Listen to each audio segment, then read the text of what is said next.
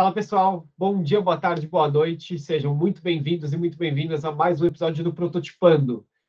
Como sempre, esse podcast ele tem como objetivo a gente prototipar, criar, cuidar de ideias sobre o nosso presente, passado e futuro, sempre nessa vertente ou nessa área de inovação e criatividade, tanto no mundo corporativo, para o nosso dia a dia, para as nossas vidas, no mundo governamental, terceiro setor, enfim. A ideia é a gente tentar costurar ideias para um novo mundo. Hoje eu tive uma conversa muito profunda, muito interessante com a Ana Flávia Ribeiro. A Ana, ela é consultora de transformação digital, palestrante, pesquisadora na área de criatividade, inovação e tendências de futuro. Enfim, uma grande experiência como executiva e gestora de áreas de tecnologia, liderando projetos de cyber, digital, cloud, marketing, outsourcing. E ela é cofundadora da Associação Polímata e da Tribo Polímata, que é um coletivo que reúne mais de 660 profissionais multidisciplinares. A nossa conversa hoje, gente, eu vejo que ela desenha um pretexto, ou ela dá para a gente as ferramentas necessárias para a gente tanto compreender o mundo hoje, e principalmente o que fazer a partir disso, ou como a gente deve se posicionar. Eu vejo que a Ana, enfim, esse com certeza vai ser o primeiro de algumas conversas que a gente tem que ter, porque nessa conversa a Ana ela deu as bases necessárias para a gente ler o mundo e entender o que a gente faz ou como a gente se posiciona para que a gente consiga desenhar algumas oportunidades de futuro, né? Então, enfim, foi um papo interessantíssimo. Eu deixo vocês com Ana Flávia Ribeiro. 1, 2, 3, prototipando. Bom, Ana, primeiro, obrigado por topar fazer esse bate-papo. Eu estou bem animado, já estava conversando aqui antes, estou bem animado para te ouvir. Falei, deixa eu soltar o REC logo para gravar tudo que você está falando, porque está sendo muito interessante. Pedrinho, obrigada. Antes de mais nada, estou muito feliz, muito grata de estar aqui com vocês. Acho incrível quando janelas se abrem para a gente poder falar, talvez, de algumas maneiras da gente pacificar a nossa relação com a vida, com o mundo, com as coisas hoje, né, que está tudo muito conturbado. Então, estou aqui, a hora que você quiser, o jeito que você quiser, vamos engatar esse papo. Me fala uma coisa, Ana, eu queria muito entender um pouco da sua história em relação à polimatia. Assim, quando que você entrou em contato pela primeira vez com esse termo? Quando que você se deu conta de que isso existia e da importância, da emergência desse termo e de viver esse termo no dia a dia? Como é que foi essa história? Claro, vamos lá. Eu acho que, primeiro, vamos pontuar rapidinho o que é, né, polimatia. Talvez muita gente já está começando a ficar familiarizado com esse termo, outras pessoas ainda associam, porque, de certa maneira, está associado com lifelong learning, apesar de serem complementares, são coisas distintas, né? O que acontece? Meu histórico, eu brinco que no meu histórico profissional, eu tenho aí algumas reencarnações, né? Eu já tive umas reencarnações pessoais e profissionais.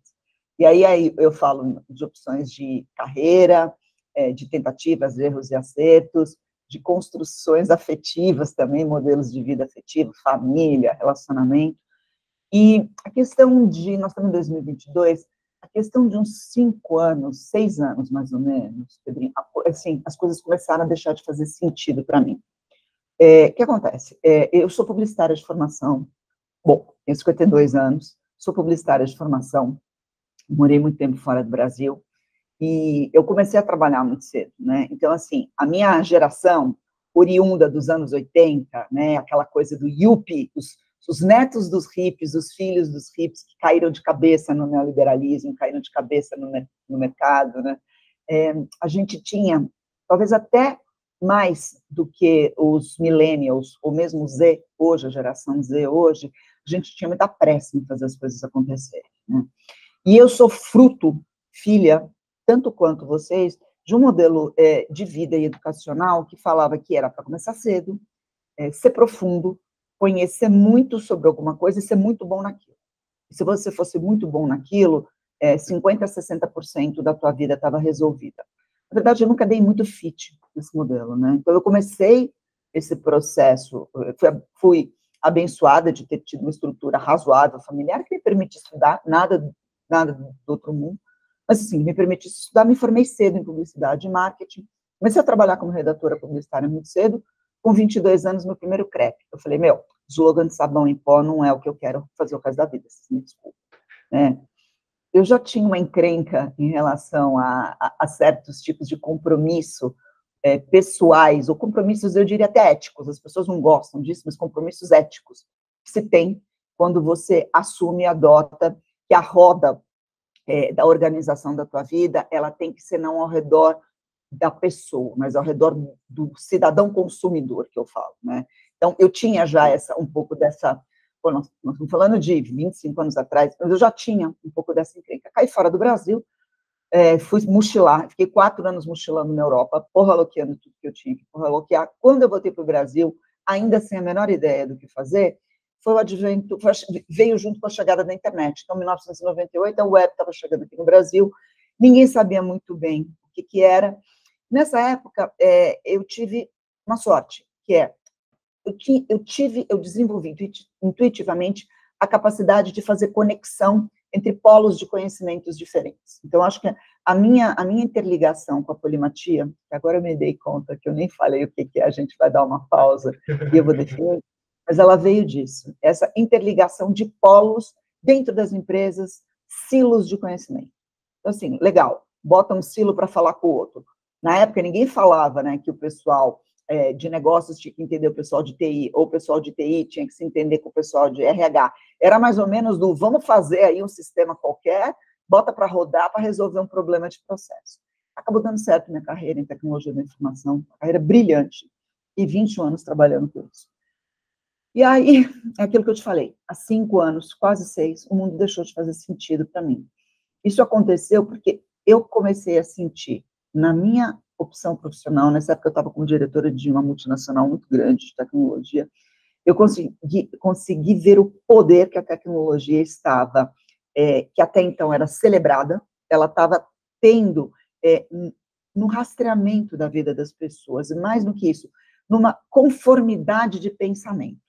O que tinha nascido como uma promessa de libertação do ser humano, o que nasceu como uma promessa de algo que faria o ser humano ter mais disponibilidade de si, né? Disponibilidade de si, disponibilidade de vida, mais uma relação talvez, sim, muito focada no produtiva, mas menos agoniada e angustiada com os grandes processos da sociedade, na verdade estava se tornando um monstro. Então eu me vi presa em questões éticas de violação de privacidade, eu me vi presa em questões éticas do o quanto a gente tem que incentivar um modelo que eu já olhava que estava se transformando numa cobra que estava comendo o próprio rabo. Eu falei, esse troço está incontrolável. E até que ponto as coisas vai dar ruim, vai dar ruim. Sim. Só que há 5, 6 anos atrás, a gente ainda vivia um mundo de celebração da tecnologia, né? A celebração da tecnologia é o que vai transformar o mundo, é o que vai transformar as relações humanas, é o que vai dar força, empuxo e o eixo da mudança social que a gente estava começando a visualizar que não era necessária. E aí, falei, eu vou me afastar um pouco vou fazer de novo o que eu fiz da outra vez, eu vou abdicar. E vou abdicar de tudo, vou abdicar de dinheiro, vou abdicar de posição, vou abdicar de tudo. Mas eu preciso entender o que está acontecendo no mundo, porque esse discurso não está casando com a realidade que eu estou vendo. Nessa época, o que todo mundo ia fazer? Transformação digital. O que todo mundo ia fazer? Tendências de futuro. Falei, vou estudar tendências de futuro, né? Me parece um negócio interessante, casa com isso aí. Legal, aprendi. Eu tive contato com grandes futuristas. Mas eu percebi que ali também estava faltando coisa. Por quê? Porque quando você projeta mundos, e hoje se fala muito sobre isso, né? Futuros plurais, futuros inclusivos, não vou entrar nem nessa seara, mas quando você projeta mundos, o que acontece? Você precisa de algumas bases de discussão, que são bases que te permitam refletir sobre o que não está dando certo agora, o que está me incomodando agora. E para eu olhar o agora e fazer essa antecipação, que a gente sabe que não funciona, mas essa visualização, estava faltando um eixo de conhecimento, que é o entendimento do passado. Mais do que isso, como é que a gente chegou até onde a gente chegou? Quais foram as respostas que, através da tecnologia, as perguntas que a gente estava fazendo foram feitas? E aí, o que eu fiz? Larguei tudo de novo. Eu fui estudar filosofia. Só que eu fui estudar filosofia em um lugar muito diferente, dentro de um mosteiro beneditino. A primeira faculdade de filosofia da América Latina, que gerou a USP, que gerou a PUC, é a Faculdade de Filosofia do Mosteiro de São Bento, aqui no centro de São Paulo. E aí, o tempo lá, Pedro, bate de um jeito diferente. Lá eu entendi que, independente de vieses e visões de estudos, que podem ser maiores ou menores, no sentido de eurocêntricas, maiores ou menores, no sentido de priorização de uma ou outra linha de conhecimento, os monges me ensinaram que existe uma sabedoria imensa no recolhimento e nesse tempo que está batendo diferente. Então, eu caí durante 4 anos em um outro tempo, né? Um tempo que, inclusive, às vezes me dá muita dificuldade de fazer ele conviver com essa aceleração de tempos que a gente tem agora. Durante esse processo de formação como filósofa, eu comecei a ter uma geração de insights, colocando a tecnologia, tudo isso para te contar aonde chegou a polimatia. Quando eu comecei a colocar o conhecimento que grandes mestres de filosofia estavam me dando, bons conhecimentos que alguns futuristas me deram, e o conhecimento de processos, ou dessa pele, dessa segunda pele, porque tecnologia não é processo mais, tecnologia é uma manifestação antropológica da nossa natureza, né? Quando eu consegui entender esse ferramental, coloquei tudo na minha cabeça, eu comecei a ter uma geração de insights absurda, poderosíssima. Assim, as ideias jorravam, perguntas interessantes jorravam, conversas densas jorravam, respostas que eu considerava, a perguntas que às vezes eram tolas. Como é que eu tiro isso do ponto A para o ponto B? Como é que um processo pode ser feito de uma maneira mais inteligente? Quais são as variáveis que estão ao redor desse processo? Isso começou a vir de uma maneira muito intensa. E, cara, o que é isso? Subitamente eu me encontrei mais inteligente, sim, mais inteligente, mais criativa, sim, muito mais criativa. Por que está jorrando? De onde está vindo essa fonte, até então desconhecida, não só de novas ideias, novos insights, mas esse prazer nesse exercício, nessa ligação de pontos? E eu comecei a estudar criatividade humana. E num desses estudos de criatividade humana, nessas pesquisas intensas que eu fiz, eu descobri esse termo, polimatia, inclusive através de um brasileiro chamado Michael Araki. Bota depois na telinha aí, Michael Araki. Para mim, um dos gênios que a gente tem aqui, está fora do Brasil hoje, ele saiu de fora do Brasil, que faz um estudo intenso sobre isso, sobre essa capacidade, então, explicando o que é polimatia, essa capacidade que o ser humano tem de, exercitando múltiplos aprendizados simultaneamente, em profundidade, em abrangência, mas principalmente conectando de uma maneira meio que descompromissada e meio que estruturada, com o conhecimento dos outros, as ideias surgem de uma maneira muito mais boa, muito mais útil, muito mais adaptativa, diria até, aos momentos que a gente está vivendo. E eu comecei a desenvolver, então, esse terceiro campo de estudo. Trabalhando, sim, com tecnologia ainda, estou enfiado em um monte de projetos de tecnologia pesado, mas com a característica de que o embasamento da filosofia, que é a minha paixão, o embasamento de esse olhar, de tentar fazer um pouquinho de olhar de futuro, mas principalmente entendendo que esse 360 tem que ser coberto, isso vira um campo de conhecimento assim, fenomenal. E adoro. É isso. Ficou muito comprido? Imagina, nem um pouco. Super interessante, Ana. E é interessante isso. E como é que as pessoas chegam nessa realização, Ana? Como é que você vê o processo? Porque, naturalmente, eu entendo que todos nós temos a capacidade de desenvolver essa habilidade, essa leitura, essa sensibilidade, vamos falar assim. Mas me parece que existe um processo para a gente alcançar isso. Então, vamos dizer assim, se eu fosse uma criança de uns 11 anos, eu ia te perguntar assim, mas quem são os polímatas? Tá, então vamos lá. Eu acho que é 2 coisas. Polimatia, ela é para todo mundo? Ela é única no modelo que ela tem? Não. Ela é uma ferramenta de construção de um modelo de felicidade, de pacificação na vida? Sim, ela absorve autoconhecimento? Sim. Mas ela é uma coisa que ela está sujeita a alguns vetores. Obviamente, você tem temperamento e personalidade. Então, como é que a pessoa se relaciona com o processo de curiosidade, de absorção de conhecimentos na vida, e como é que em uma criança especificamente você não mata essa chispa, né?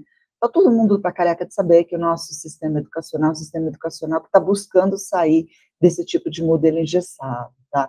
Porque o que é importante a gente entender é que ela é alguma coisa natural no ser humano, né?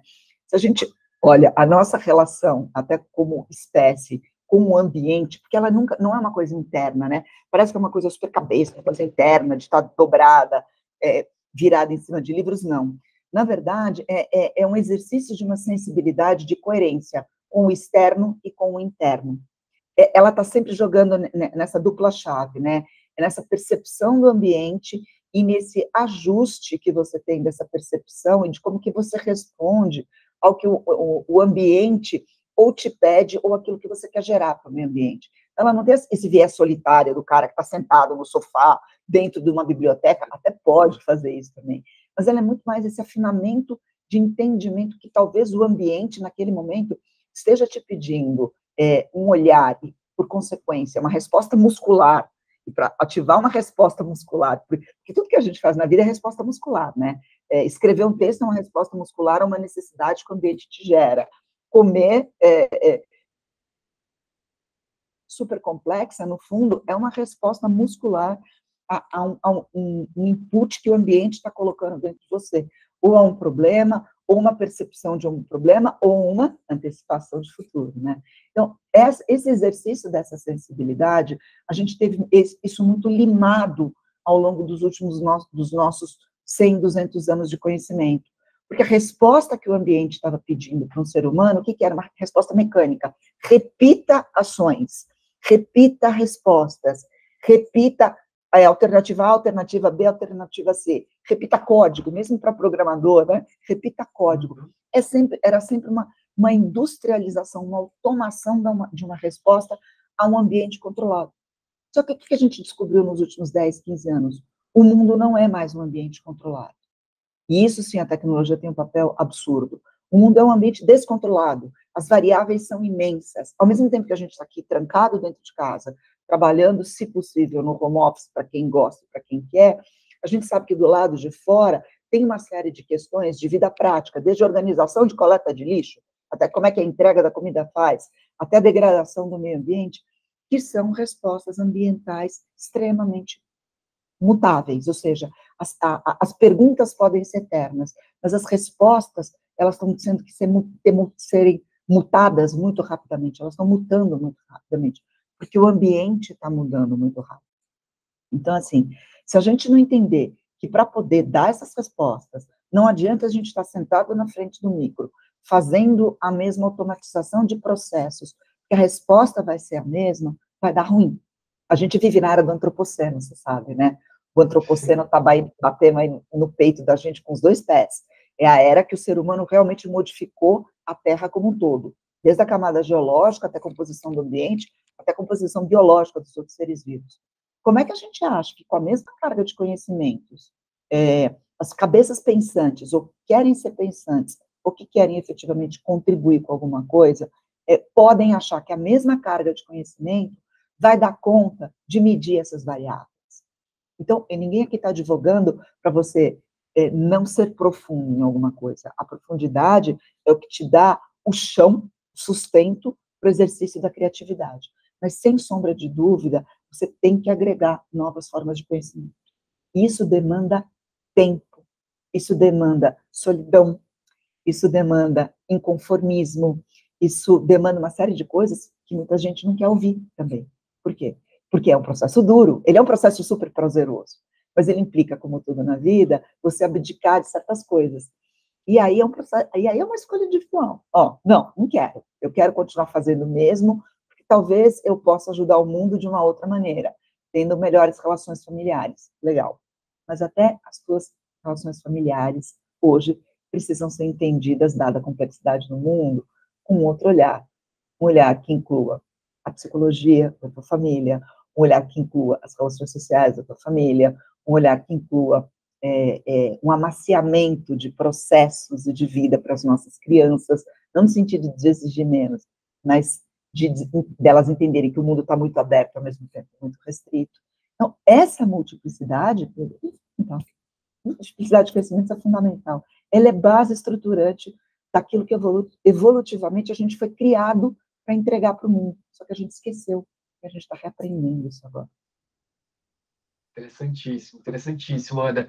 E como é que isso se desdobra de uma forma prática, Ana? Porque eu entendo que essa frequência, esse modelo, ele é um modelo gerador, né? Ele é um modelo que te traz uma outra orientação para se ativar, né?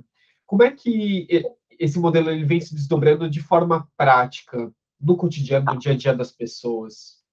A gente pode falar de gente que já está com esse processo, ainda que intuitivamente, sem saber que ele tem esse nome em andamento, e gente que está começando a descobrir as possibilidades, tá? Então, a primeira coisa, vamos falar de um tema, infelicidade.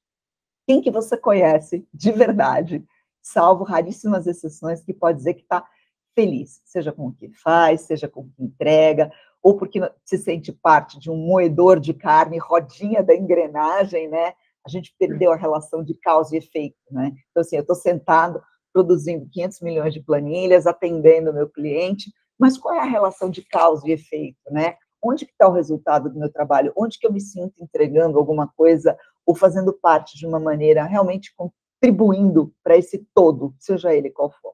Assim, o primeiro drive que a gente vê é que as pessoas, que a gente é duas coisas, Pedro. A gente é aquilo que a gente é, mas a gente também é aquilo que nos digam que sejamos, né? São essas duas coisas, né? Então, aquilo que a gente é, nosso temperamento, a nossa personalidade, que nos dá prazer, que nos dá felicidade, ele vem de nascença, né? Tem um componente biológico, tem um componente genético, mas tem todo um componente de formação. E aí você vai criando seus valores ao longo da vida, você vai criando suas habilidades ao longo da vida. Em um determinado momento, você para e pensa, cara, é assim, mas essas habilidades e esses valores não estão refletindo naquilo que eu tenho lá atrás, dentro do meu temperamento, da minha personalidade. Não é isso, né? Aí você começa a procurar, você começa a tatear aquela fonte difusa, sabe, aquele incômodo, aquela pulguinha atrás da orelha que te fala, meu, talvez devesse ter uma outra maneira. Será que tem uma outra maneira? Meu Deus, mas será que se eu for fazer de outra maneira, eu vou perder emprego? Eu não vou conseguir pagar minhas contas? Ou, não estou conseguindo pagar as minhas contas, preciso, né? Tem muito giro ao redor do sustento. E é óbvio que a gente está falando aqui de situações, modelos e modelos. A gente sabe que tem muita gente que está fazendo o básico para ganhar vida, né? Mas mesmo assim eu vou te falar que eu conheci alguns entregadores de iFood e alguns motoristas de aplicativo que têm, assim, essa chispa, essa vontade, que já praticam isso, né? Então eu brinco que eu converso do porteiro ao presidente, com isso daqui, cabe para todo mundo. Então, assim, dá para encaixar, tá? Então, o que acontece? A primeira coisa, assim, eu vi essa inconformidade. E aí, Pedro, é uma questão que vai depender de cada um. O quanto você consegue lidar com um tipo de bichinho te roendo. Quando você levanta a tampa desse bueiro, o bichinho que está te roendo vai aparecer. Tem muita gente que levanta a tampa do bueiro, olha, e tapa o bueiro de novo. Fala, ai, não vou conseguir lidar com isso. Tá tudo bem, cada um no seu tempo, sim, cada um do seu jeito. Mas normalmente é pela inconformidade. E aí a pessoa começa a avaliar. Tudo gira ao redor do capital, né? Tudo gira ao redor da produção. Vamos colocar assim. Pô, eu não estou produtivo. Não, ou eu não estou produtivo, eu não estou feliz. Que a gente tem essa associação, né? Eu preciso estar produtivo para ser feliz. Se eu sou feliz, eu sou produtivo. Quebrar. Primeira coisa, quebra isso aí. Isso é uma doença que se instaurou na sociedade hoje, né? É repicracia, né? A gente tem Estava pensando nisso agora, Ana, que coisa. Epicracia, né? Tenho que ser feliz. Se eu sou feliz, eu sou produtivo. Tem que fazer essa cisão. Produtividade e felicidade são duas coisas distintas, tá? E vai depender de que lado você está querendo investigar na tua vida. É ao lado da produtividade? Isso é muito fácil. Isso é muito, muito fácil. Porque a produtividade, hoje, ela depende do quê? Não só de uma boa capacidade de execução técnica, mas principalmente de uma coisa que se chama repertório. As pessoas estão sem repertório. O discurso está muito empobrecido. Por quê? Porque nós somos herdeiros, ainda que tecnologicamente, do mundo da mecanização. da automação. A gente precisa cindir felicidade e produtividade, né? O ideal, o mundo perfeito, né? O mundo rosa da Barbie é que felicidade e produtividade andem juntos. Isso é uma bobagem, tá? É uma grande bobagem. Isso é um discurso, na verdade, que também está sendo incorporado por uma mistura entre a psicologia positiva, né, que obriga a gente a ser feliz, e a roda do mercado, que quer que você seja feliz para você ser mais produtivo. Funcionários produtivos são mais felizes, pessoas produtivas são mais felizes, pessoas produtivas são menos ou mais felizes. Então, tem isso daí. Vamos cindir isso aqui.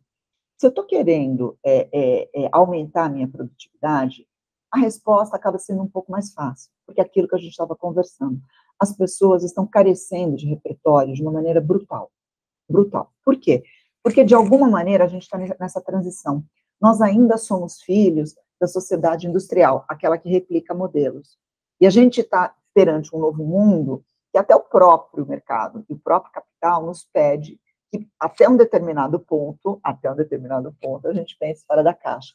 Para pensar fora da caixa, como você vai fazer se você não tem repertório?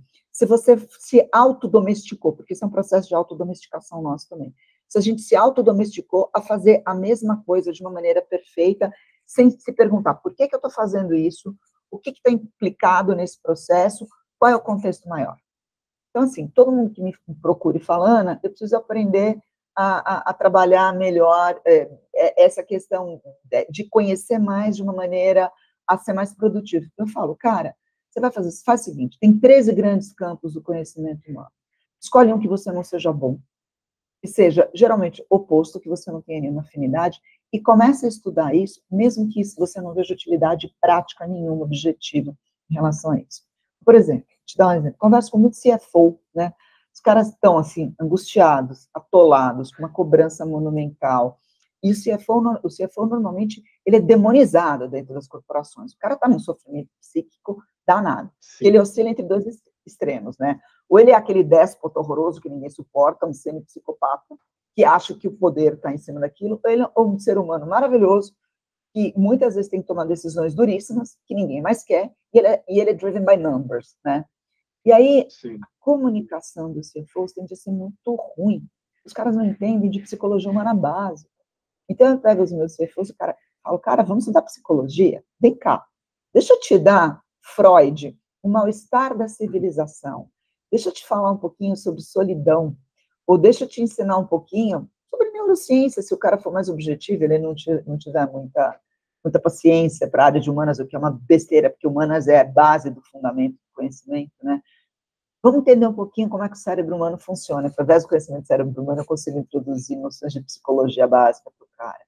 Quando ele começa a olhar 360, o que está embutido num processo, seja de comunicação, seja de tomada de decisão, e seja de questionamento da vida dele, a cabeça do cara faz assim, puf, então ele muda. E uma outra coisa que é interessante é que quem está buscando esse aumento, digamos assim, produtivo de conhecimento, a pessoa, ela tem uma... me perdi aqui no processo. Estava falando do CFO, da psicologia, do aumento produtivo de processo. Ela acaba caindo em questões de autoconhecimento. Ela acaba caindo em questões de autoconhecimento. Então, você não precisa nem cindir, nem separar as duas coisas. Como isso é uma coisa que não foi permitida a essa galera, não foi ensinada a essa galera, elas nunca tiveram aulas verdadeiramente transdisciplinares, que, né, mexessem com a cabeça deles, o que as pessoas tendem a achar? Que a tal da empatia, ela é calcada no sentimento. Não é. Ou é só em grande parte. E é uma coisa muito interessante. Muita gente, Pedro, não gosta de muita gente. E isso é um problema dentro das corporações, né? E assim, cara, você não é obrigado a gostar de todo mundo. Você não é obrigado a empatizar com todo mundo. Você não é obrigado a entender como todo mundo é, nem todo mundo pensa. Apesar de ser necessário um mundo diverso. O que acontece? E muitas vezes isso violenta a natureza daquilo que é alcançável nas pessoas. Então, a possibilidade de você exercitar a conexão, porque você respeita o conhecimento da outra pessoa, e aquela outra pessoa traz um conhecimento que você também não tem, complemento teu, ela, inclusive, dá um alívio para quem não consegue exercitar, seja pelo tema que for, as famosas questões empáticas de uma maneira que não é obrigação. Eu tenho muita restrição em relação a isso. Você não pode dizer para as pessoas, você tem que entender todo mundo, ou você tem que gostar de todo mundo, como é. Respeitar, sim, mas assim, como é que eu construo uma cadeia de respeito com uma outra pessoa se eu não gosto dela, ou se a realidade daquela pessoa é tão distante da minha? Eu tenho que respeitar alguma coisa que aquela pessoa me traz. E aí, muitas vezes, a oferta é conhecimento. Por isso que a liderança exercitada na polimatia, ela é tão hábil nesse sentido. Ela é uma passagem de bastão do conhecimento de uma maneira muito rápida. Mesmo que você tenha dificuldades pessoais com aquela outra pessoa. Funciona super bem. Isso do ponto de vista da produção, tá? Depois a gente fala do ponto de vista da felicidade. Vamos entrar nisso, então, porque eu estou super interessado. Ainda mais se você citou Repcaracia, eu quero te ouvir sobre isso. Como é que isso se dá no campo da felicidade, Ana? Felicidade é um troço solitário, Pedro. Todo mundo acha que felicidade é algo coletivo, né? Ou que existem projetos de felicidade, né? Claro que você dificilmente vai conseguir ser feliz se você está vendo um bando de infelicidade ao seu redor, aquilo vai te angustiando. Mas acho que a gente tem, assim, 3 grandes blocos de pessoas, tá? E isso é uma verdadeira aula polímata, porque eu vou misturar filosofia com neurociência, com alguns dados estatísticos, isso é a cabeça, como funciona a cabeça de um polímata. Você está tendo uma aula de polimatia em ação. O ser humano, você tem 3 grandes blocos de pessoas. Vamos colocar ali um 20%, um 60% e mais um 20%. Tem 20% das pessoas que são geneticamente felizes. Ponto. Essa galera, ela joga felicidade num patamar que é imbatível. Por quê? Aquela pessoa que acorda cantando, que dorme cantando, que a dopamina é gerada naturalmente, que independente das circunstâncias da vida, ela realmente está feliz. E a gente não pode se comparar com essa galera que é naturalmente feliz, tá? Tá lá. Ela é uma questão, e é biológico, não adianta a gente brigar com isso. É da natureza das pessoas. Você tem um outro 20%, vamos colocar ali, de pessoas que são o extremo oposto. E por mais que você as trabalhe do ponto de vista de tentar chegar nisso aqui, lhes dê ferramental, elas não vão ser felizes, Pedro. A gente precisa lidar com isso com maturidade, tá? E talvez a gente tenha que permitir essas pessoas não serem felizes. Obviamente, nesses 20% aqui, a gente está falando de casos extremos, que a gente, em última circunstância, que vive num grau de felicidade tão grande, que você sabe, a gente sabe muito bem onde vai parar isso, né? A degradação que isso traz para a pessoa em todos os aspectos. Então, a esse grupo aqui, existe toda uma necessidade de medicalização, você tem uma necessidade de um apoio biomedicinal mesmo, um entendimento genético e orgânico, que a infelicidade dessas pessoas é uma infelicidade orgânica. 20-20. Então, tá, os extremos felizes e os extremos infelizes, tá? Aqui você coloca os deprimidos crônicos, os deprimidos severos, só que você tem aqui no meio, você tem nós, seres humanos mortais. O que acontece? A criação do prazer e da felicidade, ela nunca foi, na agenda humana, uma possibilidade, ou ela nunca foi uma preocupação. Ela passou a ser uma preocupação a partir de uns 400, 500 anos agora, quando aflorou no entendimento, principalmente da sociedade ocidental, a figura do indivíduo. O indivíduo, o eu sozinho, sou responsável pelo meu êxito. Isso é um pouco da herança protestante, isso é um pouco da herança católica. E herança católica por quê? Porque apesar de todo mundo malhar a igreja católica hoje em dia, disclaimer, sou ateia, então navego tranquilamente entre conversas religiosas e os meus monges me amam com todas essas premissas e eu a eles, tá? A igreja católica, ela tem uma vantagem, ou ela tem uma vantagem não, ou ela tem uma coisa que a gente não pode tirar dela. É a ideia de que o indivíduo está no centro das relações com o divino. Então, antes do advento dessa ideia, nós éramos animais políticos, animais que viviam em sociedade, e a felicidade não fazia parte da nossa agenda.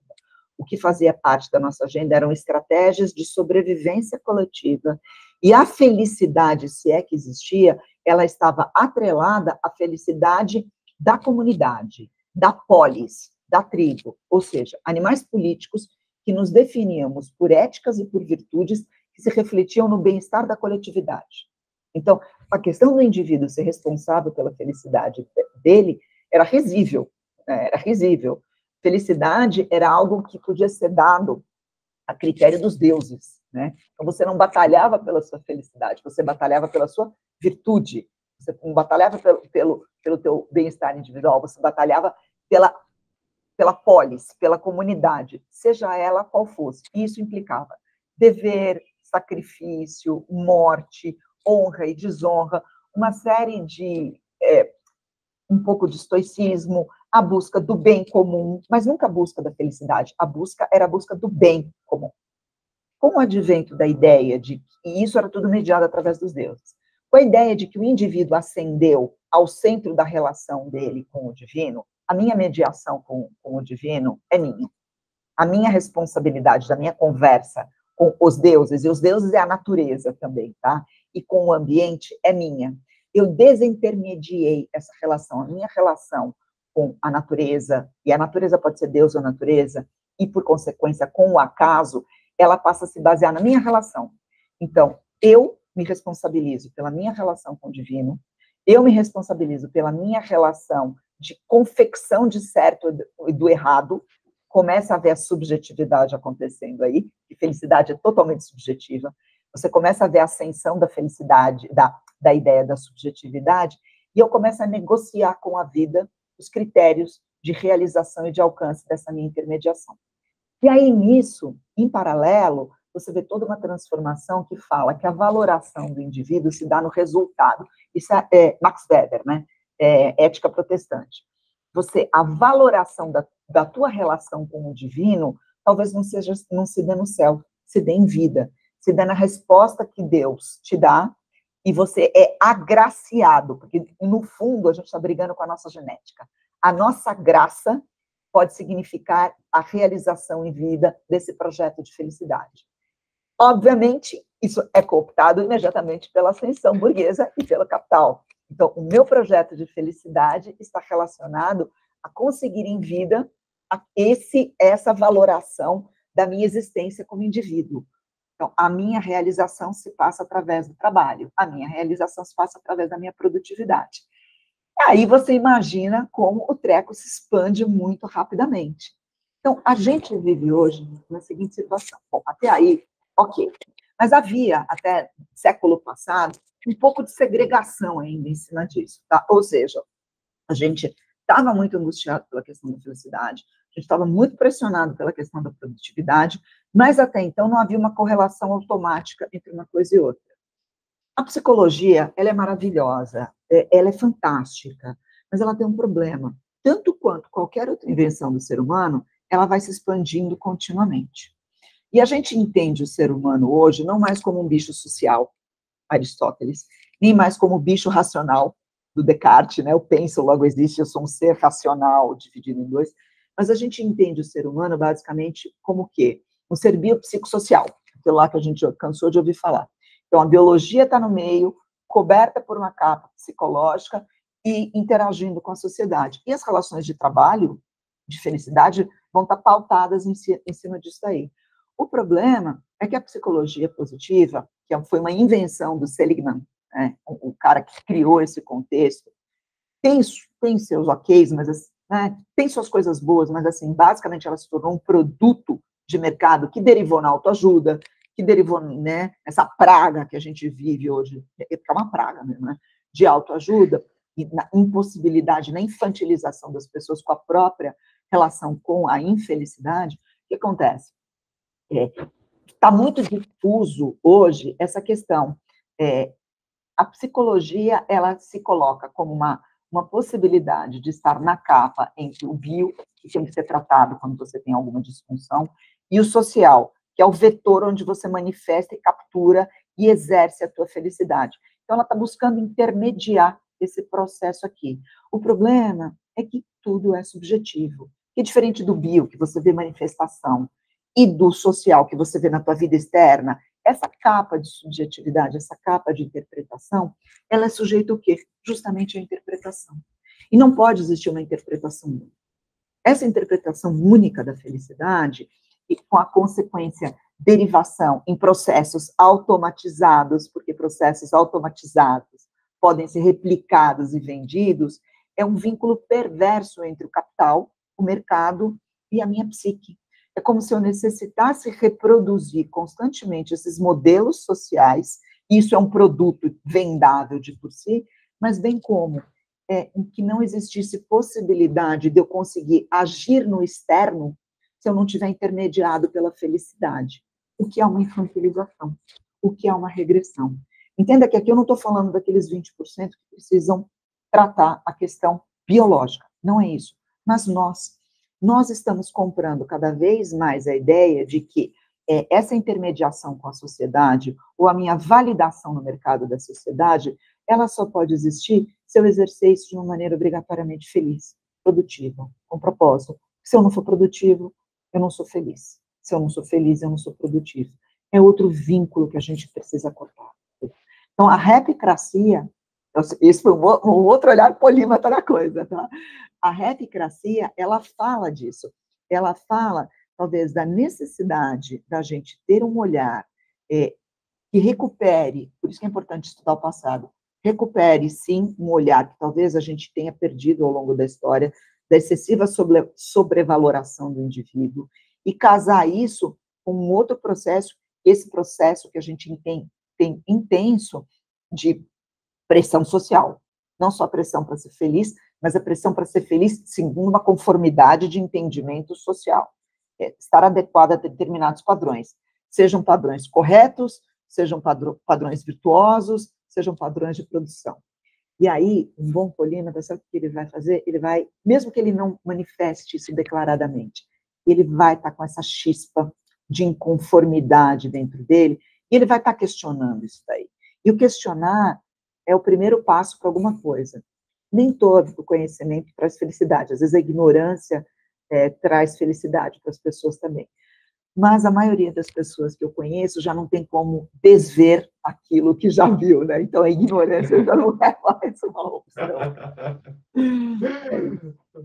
Está muito comprido? Está muito comprido? Não, tá interessantíssimo, tá interessantíssimo. Assim, minha cabeça está fervilhando aqui.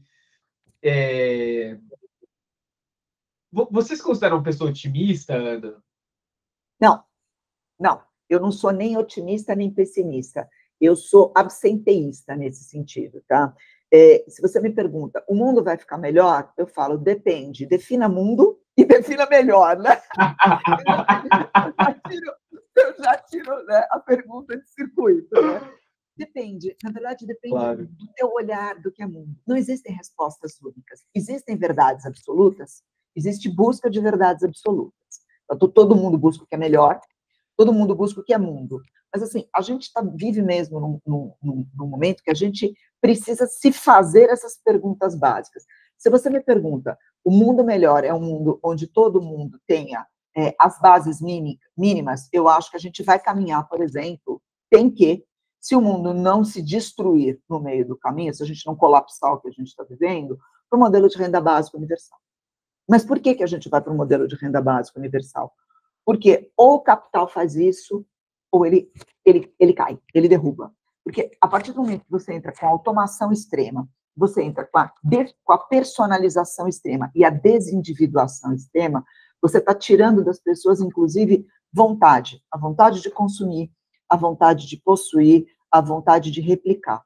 E o que acontece? Se você tirar isso das pessoas, a metodologia de próprio crescimento do fenômeno do mercado e do capital não se sustenta. A cobra vai literalmente comer o próprio rabo até chegar a engolir a própria cabeça. Então, esse modelo de mundo melhor, baseado em consumo, no meu ponto de vista, ele caminha, sim, para o modelo de renda básica, vai caminhar mais cedo ou mais tarde para algum modelo de renda básica universal. A pergunta é, o modelo de renda básica universal, ele eventualmente pode vir a permitir que mais alguns bilhões de pessoas saiam da linha da miséria absoluta, o que é extremamente necessário. E aí, volto à pergunta, mas esse é o modelo de mundo que a gente quer? E aí a gente começa a ver as disputas de narrativa que estão acontecendo. Tem gente que advoga uma tecnoimplosão mesmo, explode tudo e volta para uma outra situação. Tem gente que advoga isso, uma mega aceleração, os Elon Musk da vida.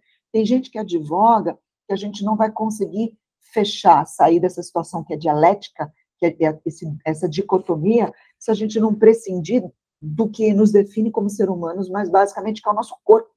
Porque o ser humano, por mais que a gente diga, é corpo, por quê? Porque o corpo é onde a gente media as emoções. Emoção sem corpo não existe, né? Não é metaverso. Falo muito sobre metaverso, entendo muito Web3, blockchain, estou medindo em tudo isso. Mas não é por aí, galera. Metaverso e exponencialização dos 5 sentidos. Não é você capar fora os 5 sentidos. Então, assim, depende do conceito de humanidade que você esteja manejando. Tem gente que pede que o antropoceno seja entendido como uma era de mesoceno, a dissolução do que separa o ser humano do meio. Ou seja, o meu caminho futuro, eu estou falando de um futuro de talvez 150, 200 anos, é uma completa dissolução da identidade individual do ser humano ou da identidade corpórea no meio. Por quê? Porque isso permitiria com que a Terra se regenerasse e algum tipo de evolução humana acontecesse. Então, meu espectro de futuro é um espectro mais de longo prazo, Pedro. De curto prazo, eu acho que a gente está vivendo, sim, as 3 grandes crises do Harari, e nesse ponto eu estou fechada com ele. O cara se matou na mosca. A gente está vivendo perigo nuclear, a gente está vivendo o problema ecológico, a gente está vivendo o conflito do algoritmo. Então, tem as 3 coisas acontecendo, e eu acho, sim, que a redefinição de ser humano, inclusive, talvez ela tenha que ser mais arriscada. E isso me dói, porque isso não fala de um futuro muito fácil, não no sentido de recursos naturais, mas no sentido do ser humano nunca resolver o problema do outro, né? O grande problema do ser humano em relação ao ambiente é o outro. Se hoje eu tenho já dificuldade de entender o outro, baseado em questões de gênero, em questões de identidade mais básica, raciais, étnicas, culturais, conflitos, onde eu já não consigo entender esse grande outro nesse vetor, imagina uma humanidade dividida em grandes outros, né? Um outro hipercorpóreo, um outro extracorpóreo, um outro dissolvido. Então, esse outro que nos assombra, aquilo que está tudo fora de mim, para mim é um grande conflito, um grande problema do ser humano hoje, mais do que os 3 problemas do Harari. Interessante, Ana. E para gente começar a finalizar aqui, Ana, eu queria ecoar uma pergunta. Desculpa, nem passou tanto tempo. Imagina, eu acho que está excelente, inclusive eu acho um episódio pouquíssimo para gente explorar tudo Já pode isso. marcar o segundo. Com certeza a gente tem que marcar o segundo, assim, porque tem muita coisa para a gente explorar aqui ainda, né? Mas eu não quero deixar de ecoar uma pergunta que eu gosto muito, que é o seguinte, Ana, o que é a vida? Cara, olha que coisa interessante. Eu dei um curso sobre isso tem 2 semanas, tá? Você tem umas 15 definições possíveis do que é vida, né? Na verdade, em grego, você tem 2 palavras para vida, zoe e bios, né? Tanto zoe quanto bios referem à vida, mas com 2 encorpagens distintas, né? Então, você tem o bios, da conformação biológica do ser vivo, e você tem zoe, aquilo que é indetectável, que você sabe que quando aquilo não existe, aquilo se configura como algo que não é vivo, né? Então, assim, eu parto do princípio que vida é movimento, tá, Pedro? Vida é movimento. Por que vida é movimento? Porque você tem 3, no nosso universo da física tradicional, que é tridimensional, a gente só consegue entender tridimensionalidade, por isso que a gente tem dificuldade de entender as outras dimensões da física possíveis, inclusive o tempo, né? A gente, para entender as 3 dimensionalidades, a gente se organiza entre tempo, espaço e movimento. Então, movimento é algo que você faz no espaço por um determinado tempo. Tempo é onde você organiza um movimento no espaço. E o espaço é o tempo e o movimento, para vários. Então, o que acontece? A gente só se organiza em cima desses 3 vetores, tempo, espaço e movimento. Então, vida está ligada a isso. Então, eu não acredito em vida como equilíbrio dinâmico, digamos assim. Tem muita gente que fala de equilíbrio dinâmico. Ela não é equilíbrio dinâmico. Vida é movimento. E movimento, ele implica desequilíbrio constantemente. O dinamismo, obviamente, está em tentar fazer você não cair, não morrer aí no meio do caminho, né? Que é a cessação do movimento, vida é cessação de movimento. Então, assim, o movimento, ele pode se dar dentro do espaço, em um determinado tempo, de várias maneiras possíveis. Você tem o movimento do corpo físico, você tem o seu movimento sináptico, né? Esses bilhões de essas tempestades elétricas que estão acontecendo aí na tua cabeça, que quando cessam significa que você está morto, batimento do teu coração também. Então, vida é movimento, cara. E movimento é alguma coisa que, assim, você tem que fazer constantemente e ampliar para aguentar a tua banda de step. Claro que se você faz demais, você gasta a máquina e a máquina morre, né? Você rompe. Mas o grande problema é não fazer, porque o não fazer faz com que aquele padrão de entrada em homeostase fique cada vez mais real e você não reaja ao ambiente. Então, vida é movimento, Pedro. E movimento é movimento físico, é movimento intelectual e é movimento emocional. Nós somos seres que foram constituídos como seres de puro movimento. Fico horrorizada quando eu vejo as pessoas que não levantam, e eu não falo tanto em matéria objetiva quanto em matéria não, né, matéria subjetiva. Não levantam da cadeira, porque entendem que a preservação é você ficar quieto economizando energia. Não. Isso é o primeiro passo da morte, na verdade, né? É a dissolução aí no meio ambiente, a perda daquilo que é humano. Então, vida é movimento. Movimento implica duas coisas, prazer e dor. A gente é uma sociedade basicamente maltratada e que achou por bem se refugiar na busca do prazer e na fuga da dor. Eu tenho as minhas dúvidas se isso vai levar a gente para um bom caminho. Se a gente elimina a dor da equação, você perde o calibre do prazer. Sem o calibre do prazer, você não tem a força para fazer o movimento, né? Então, não existe movimento que não tenda ao prazer, só que não existe prazer sem o espicaço da dor. Se a gente foge da dor, eu não tenho ímpeto para o prazer, e eu anulo o movimento. Então, aprender dói, aprender é exaustivo, é cansativo. Pensar, às vezes, é maravilhoso, às vezes é horroroso. Fazer ginástica é péssimo. Abraçar alguém dá muito trabalho, beijar alguém dá muito trabalho, conviver dá muito trabalho. Mas, cara, é movimento. Se você se recusa a fazer isso, bicho, você está a 70% da morte. Isso é o que você não quer. Movimento. Perfeito. Aceitando a dor. Aceitando a dor. Ela é inerente à vida. Perfeito, perfeito. Ana, muito, muito obrigado, foi incrível. Eu realmente, eu tô muito certo de que a gente tem que fazer a versão 2 desse episódio. A gente tem que gravar de novo o segundo, o terceiro, o quarto, porque tem muito ainda do que a gente falar aqui. Eu acho que... Enfim, se você quiser, a gente faz um ciclo. A gente joga mais 2 temas aí, desses que a gente conversou. Você manda tudo pro ar junto, se você quiser, à sua disposição. Perfeito, perfeito. Ana, para quem quer saber mais sobre você, saber mais sobre o teu conteúdo, o que você fala, como é que as pessoas te acham? Vamos lá, eu sou péssima em me vender, porque eu gosto tanto de conversar e debater ideias, que eu acabo me esquecendo. Mas eu me dedico basicamente, Pedro, hoje, a 3 grandes blocos de atuação. A primeira é na minha área de tecnologia, então eu estou como consultora de alguns projetos muito grandes aí de blockchain e web. Então, isso aí tá guardadinho, isso aí eu não tenho nem mais throughput para mexer em mais coisas, tá? Mas tem essa área de transformação digital, sim. E as outras 2 grandes áreas de atuação que eu faço, primeiro é palestra, então eu estou com uma agenda incrível de palestras ao longo do ano, legal. E eu falo tanto para empresas quanto para pessoas físicas, tá? Muito sobre, sim, transformação, liderança, a carga de conhecimento que as lideranças e as organizações precisam para entender o que elas precisam gerar e quais as perguntas, inclusive incômodas, que devem ser feitas nesse processo. Tá? Então, muita palestra, muito conteúdo para a empresa em cima disso, e tem meus próprios cursos. Eu tenho uma plataforma que se chama Escale Somente, que a gente está subindo, já começou com grupos fechados, que por enquanto estão fechados, mas que muito em breve vão estar abertos para quem quiser frequentar os cursos. Os cursos hoje se dão em encontros semanais, esse tipo de conversa que a gente tem aqui. 1h30 sobre solidão, ansiedade, felicidade, metaverso, capitalismo de vigilância.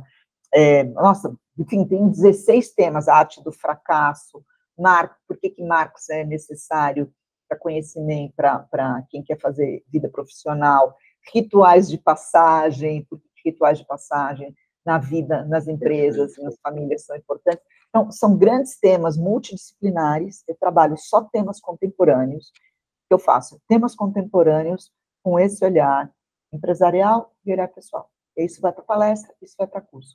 E a ideia é fazer com que as pessoas tenham mais repertório, se sintam mais preparadas na vida pessoal e profissional para seguir o fluxo do conhecimento e das perguntas. Perfeito, e elas saem mais inteligentes dos meus cursos, tá? Normalmente as pessoas são mais inteligentes. Com certeza, com certeza, com certeza. Se essa pílula que a gente já teve aqui já é acho uma explosão na nossa cabeça, eu fico imaginando o curso. Lembrando, tecnologia, filosofia, antropologia, sociologia e biologia. São 5 pilares que a gente tem que se desenvolver. Perfeito, perfeito. Ana, muito, muito obrigado. E com certeza a gente vai se falar em breve. Desliga aí, se quiser, me liga que a gente fofoca no PVT. Muito bem, pessoal. Essa foi a conversa com a Ana. Uma conversa que com certeza começou, mas não acabou, porque a gente tem ainda muita coisa para falar, muita coisa mesmo, enfim. Sair dessa conversa muito reflexivo e com diversas pautas, outras, para a gente abrir, agora que a gente tem esse pretexto, agora que a gente tem essa forma de ler. Então, enfim, esse foi o nosso episódio de hoje. Termino aqui com algumas referências. Então, se você se interessou por essa conversa, eu acho que uma boa conversa para ir a partir daqui, se você ainda está fazendo as suas atividades, ou enfim, eu não sei o que você faz enquanto você ouve o nosso podcast, mas se você ainda, sei lá, está lavando louça, ou no trânsito, ou em qualquer lugar desse tipo, eu recomendo você tanto ir para a conversa que a gente teve com Silvio Almeida, que a gente falou bastante sobre rede, internet e futuro. E uma outra conversa que eu acho muito interessante você dar uma olhada é na conversa que a gente teve com o Arthur Cajá, que foi o nosso episódio passado. Então, fica aqui a dica. No mais, pessoal, um grande abraço para vocês e a gente se vê no próximo Prototipando. Tchau, tchau.